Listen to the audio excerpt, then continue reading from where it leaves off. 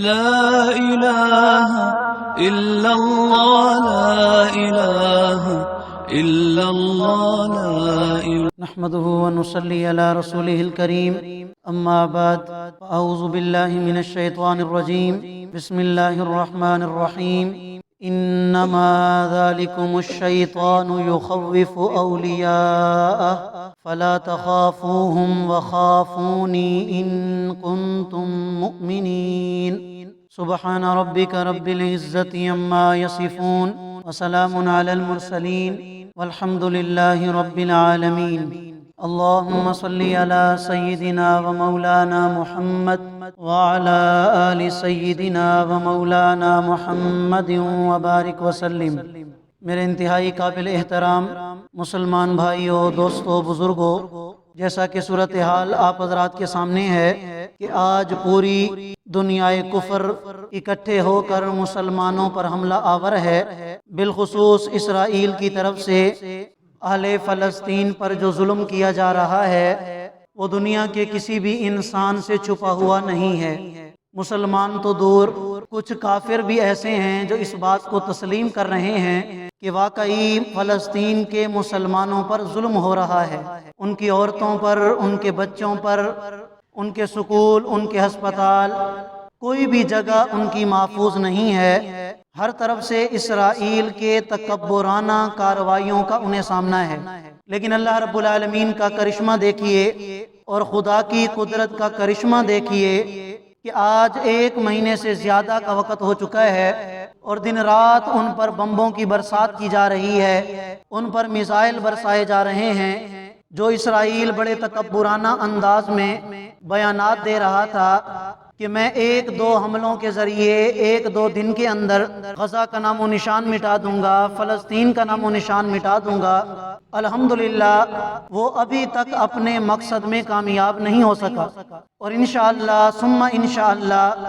اللہ تعالیٰ کی ذات پر کامل یقین ہے، اور قرآن کریم کے اندر اللہ رب العالمین کا مبارک فرمان بھی ہے کہ اللہ کی مدد ان لوگوں کے ساتھ ہوتی ہے کہ جو لوگ اللہ کے دین کی مدد کرنے والے ہوتے ہیں۔ اللہ تعالیٰ غلبہ ان لوگوں کو عطا فرماتے ہیں کہ جو اللہ تعالیٰ کے احکامات پر عمل کرنے والے ہوتے ہیں۔ ایمان والوں کے ساتھ گویا اللہ کی مدد ہوتی ہے، لیکن افسوس کی بات یہ ہے کہ اللہ کریم نے یہ بات بھی ارشاد فرمائی ہے کہ جب تمہارے اندر دین کی کمی آ جائے گی، ایمان اور یقین کی کمی آ جائے گی، تو پھر میں رب کریم کی مدد بھی تم سے ہٹ جائے گی۔ لہٰذا اگر مسلمان کہیں بھی آزمائش کے اندر مبتلا ہیں، کافروں کے ظلم کا انہیں سامنا ہے، اور پوری دنیا میں پھیلے ہوئے مسلمان آج چپ ہیں، تو اس میں ایک نظر ہمیں اپنی طرف بھی ڈال لینی چاہیے کہ آج ہم نے اللہ کے قرآن کا کیا حال کر رکھا ہے، اللہ کے احکامات کا ہم نے کیا حال کر رکھا ہے، اللہ کے دین کا ہم نے کیا حال کر رکھا ہے۔ ایک نظر ہمیں اپنی طرف بھی ڈال لینی چاہیے۔ قرآن و سنت کے اندر جس طرح ہمیں نماز روزہ کی فرضیت ملتی ہے، حج اور زکوٰۃ کی فرضیت کا فریضہ ہمیں نظر آتا ہے، اسی طرح اللہ رب العالمین نے ایک عظیم فریضہ جہاد کا بھی بیان فرمایا ہے، اور یہ جہاد دین اسلام کا رکن ہے، اور آج اس رکن کو ہم نے تقریباً فراموش کر دیا ہے۔ ہماری تقریروں کے اندر، ہماری محفلوں میں، ہماری مجالس میں، ہمارے وعظوں میں بالکل جہاد کا بیان ہی ہم نے چھوڑ دیا ہے۔ نجی محفل میں بھی ذکر نہیں ہوتا، اور نہ ہی ممبروں پر بیٹھنے والے خطبہ اس بات کی طرف زیادہ لوگوں کی توجہ دلاتے ہیں، حالانکہ ہر مسلمان اس بات کو تسلیم کرتا ہے کہ جہاد بھی دین اسلام کا ایک فریضہ ہے، اور یہ بھی ایک ایسا فریضہ ہے کہ جس کو بنیاد بنا کر نبی کریم صلی اللہ علیہ وسلم نے اور صحابہ کرام رضوان اللہ تعالی علیہ مجمعین نے دین اسلام کا علم بلند فرمایا ہے۔ دین اسلام کو اللہ تعالیٰ نے اس فریضے کے ذریعے سربلندی عطا فرمائی ہے۔ تو آج اسی فریضے سے متعلق چند گزارشات آپ حضرات کے سامنے ذکر کروں گا۔ اللہ رب العالمین کی بارگاہ میں دعا گو ہوں کہ اللہ تعالی ہم سب کو سمجھنے اور عمل کرنے کی بھی توفیق عطا فرما دے۔ میرے محترم دوستو، جہاد فی سبیل اللہ کا معنی ہوتا ہے اللہ کے راستے میں کوشش کرنا۔ سب سے پہلے تو ہمیں یہ بات سمجھ لینی چاہیے کہ جہاد مسلمانوں پر فرض کب ہوتا ہے۔ تو اس کے بارے میں شریعت کا جو مسئلہ ہے وہ یہ کہ اگر غیر مسلم طاقتیں کسی مسلمان ملک پر حملہ آور ہوتی ہیں تو سب سے پہلے تو اس ملک کے اندر جو رہنے والے مسلمان ہیں ان پر جہاد فرض ہو جاتا ہے۔ اگر ان کا امیر انہیں بلائے جہاد کے لیے تو سب کے لیے نکلنا یہ فرض عین ہو جاتا ہے۔ اگر اس ملک کے باشندے اس جہاد کے لیے کافی نہ ہوں تو جو ان کے ساتھ رہنے والا ملک ہے مسلمان، ان پر جہاد فرض ہوگا۔ اگر وہ بھی کافی نہ ہوں تو پھر ساتھ والے، اگر وہ بھی کافی نہ ہوں تو پھر ان کے ساتھ والے، اور اگر خدا نہ خواستہ ایسا وقت آ جائے کہ ساری دنیا کے مسلمان کافی نہ ہو رہے ہوں تو پوری دنیا کے مسلمانوں پر جہاد فرض عین ہو جائے گا۔ یہ طریقہ کار ہے۔ لیکن میں نے شروع میں یہ بات عرض کی کہ ہمیں تو اس چیز کا پتہ ہی نہیں ہے، ہم نے تو اس چیز کا بیان ہی نہیں سنا، حالانکہ قرآن کریم کی ایک آیت نہیں 20 آیات کریمہ ایسی ہیں جو ہماری توجہ اس فریضے کی طرف دلاتی ہیں۔ ایک موقع پر نبی کریم صلی اللہ علیہ وسلم نے صحابہ کرام رضوان اللہ تعالی علیہ مجمعین کو خطاب فرمایا، اور آپ علیہ الصلوۃ والسلام نے ارشاد فرمایا کہ اے میرے صحابہ، ایک وقت ایسا آئے گا کہ یہ سارے کے سارے کافر مسلمانوں کا مقابلہ کرنے کے لیے، مسلمانوں پر حملہ کرنے کے لیے ایک دوسرے کو ایسے دعوت دیں گے جیسے تم دسترخوان پر کھانا کھانے کے لیے ایک دوسرے کو دعوت دیتے ہو۔ اور یہ کافر ایک دوسرے سے کہیں گے کہ آؤ مسلمانوں کو لوٹیں، آؤ ان کی عزتوں کو پامال کریں، آؤ مسلمانوں کو کھائیں، آؤ مسلمانوں کا قتل عام کریں، اور یہ ایسے اکٹھے ہوں گے کہ جیسے دسترخوان پر کھانا کھانے کے لیے تم اکٹھے ہوتے ہو۔ صحابہ کرام رضوان اللہ تعالی علیہ مجمعین کو اللہ کے پیغمبر کی یہ بات سمجھ میں نہیں آئی، اس لیے کہ صحابہ کرام نے اپنی آنکھوں کے سامنے آپ علیہ الصلوۃ والسلام کے معجزات دیکھ رکھے تھے۔ صحابہ کرام کے سامنے تو یہ صورتحال تھی کہ 313 مسلمان اور ہزاروں کا لشکر ان کا مقابلہ نہیں کر سکتا تھا۔ مسلمان تعداد میں کم ہوتے تھے اور ہزاروں کا لشکر مقابلے میں آتا تھا، لیکن وہ لشکر مسلمانوں کا مقابلہ نہیں کر سکتا تھا۔ صحابہ کرام کو یہ بات سمجھ میں نہیں آئی کہ مسلمان کیسے مغلوب ہو سکتے ہیں۔ تو صحابہ نے سوال کیا، یا رسول اللہ، کیا اس وقت مسلمانوں کی تعداد کم ہوگی؟ اللہ کے نبی نے ارشاد فرمایا کہ نہیں، مسلمانوں کی تعداد زیادہ ہوگی، لیکن ان کی مثال سیلاب کے پانی کے اندر بہتے ہوئے تنکوں کی طرح ہوگی، کہ جس طرح وہ جو تنکے ہوتے ہیں گننے میں بے شمار ہوتے ہیں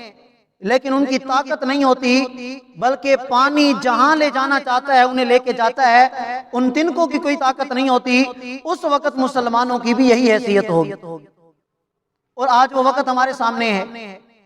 اور ایک اور حدیث پاک کے اندر آتا ہے کہ صحابہ کرام نے سوال کیا، یا رسول اللہ، یہ مسلمان اتنے کمزور کیوں پڑ جائیں گے اور مسلمان اتنے مغلوب کیوں ہو جائیں گے، وجہ کیا ہے؟ تو پھر نبی کریم صلی اللہ علیہ وسلم نے ارشاد فرمایا کہ اس کی 2 وجوہات ہوں گی۔ ان میں سے پہلی وجہ تو یہ ہوگی کہ مسلمانوں کے دلوں میں دنیا کی محبت غالب آ جائے گی، اور دوسری چیز کہ مسلمان موت سے ڈرنے لگیں گے۔ اگر نتیجتاً دیکھا جائے تو یہ ایک ہی وجہ بنتی ہے، اور وہ یہ ہے دنیا کی محبت کا غالب آ جانا، کہ جب کسی انسان کے دل میں دنیا کی محبت غالب آ جاتی ہے تو اس دنیا کی محبت کے غلبے کی وجہ سے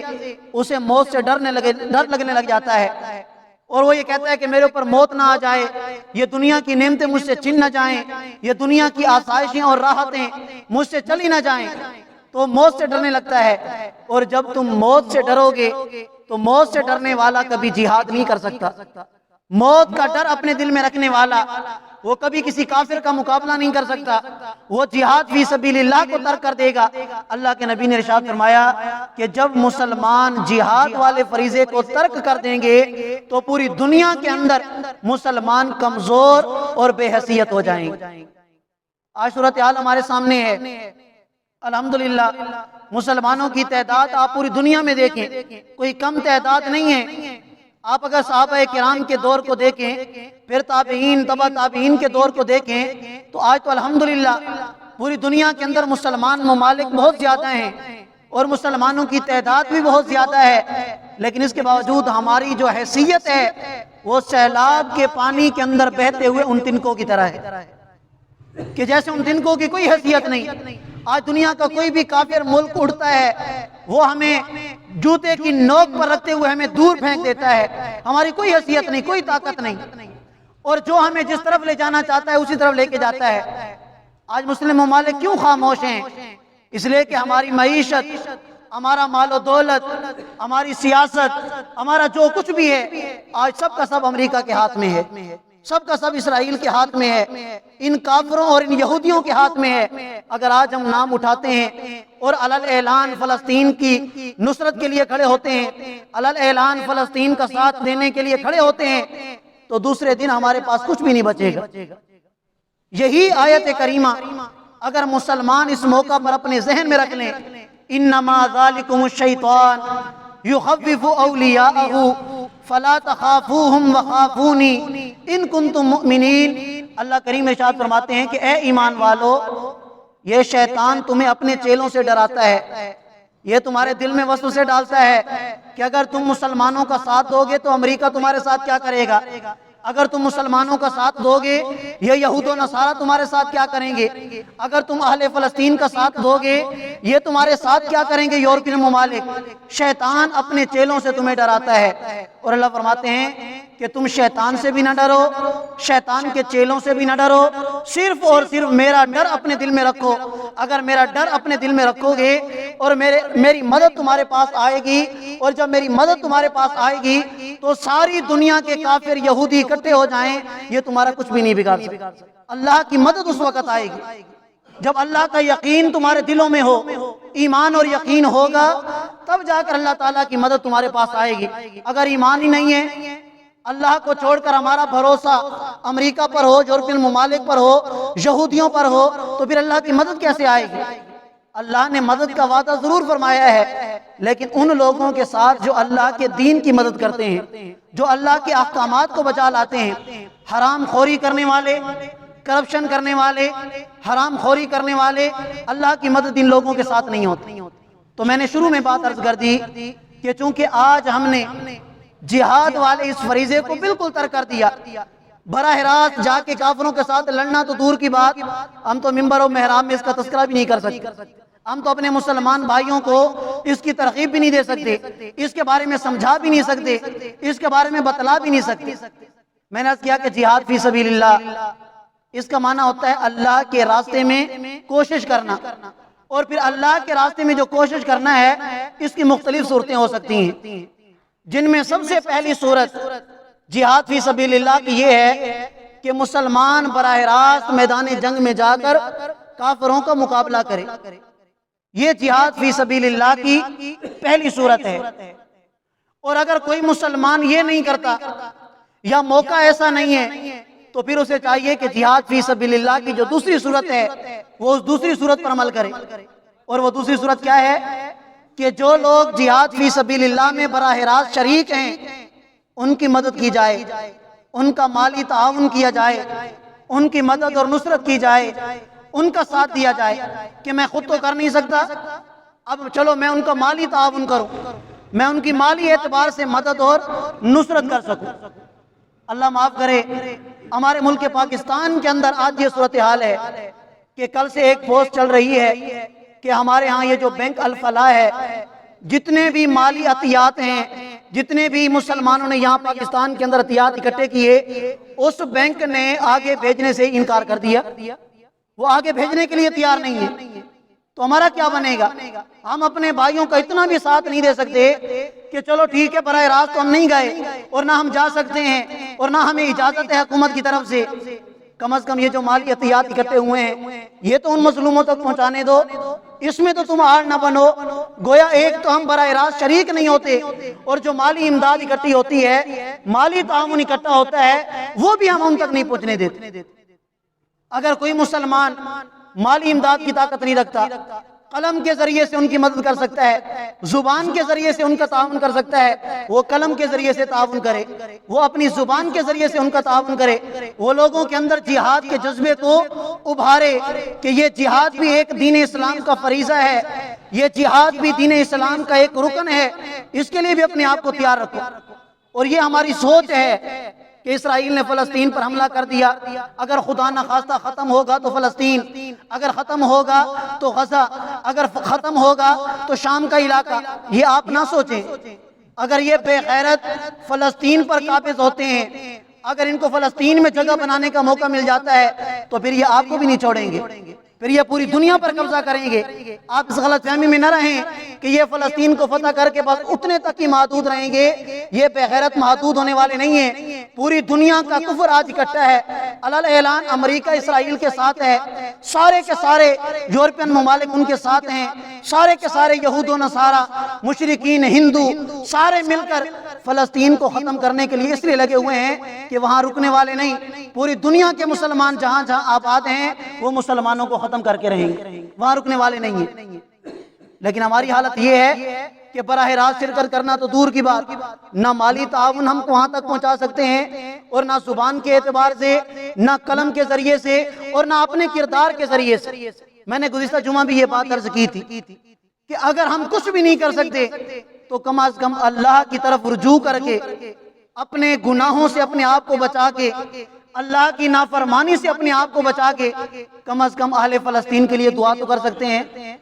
کم از کم اہل فلسطین کی مدد اور نصرت کے لیے گڑ گڑا کر اور رو رو کر اللہ تعالیٰ سے دعائیں تو کر سکتے ہیں کہ یا اللہ ہمارے مسلمان بھائیوں کی مدد فرما، یا اللہ ہماری مسلمان ماؤں کی مدد فرما، یا اللہ ہماری بہنوں کی جو عزتیں پامال ہو رہی ہیں، یا اللہ ہمارے بچوں کو جو یتیم کیا جا رہا ہے، یا اللہ اپنا فضل اور کرم فرما، ان میں ان کا تو کوئی قصور نہیں۔ اگر ساری دنیا کے مسلمان چپ ہیں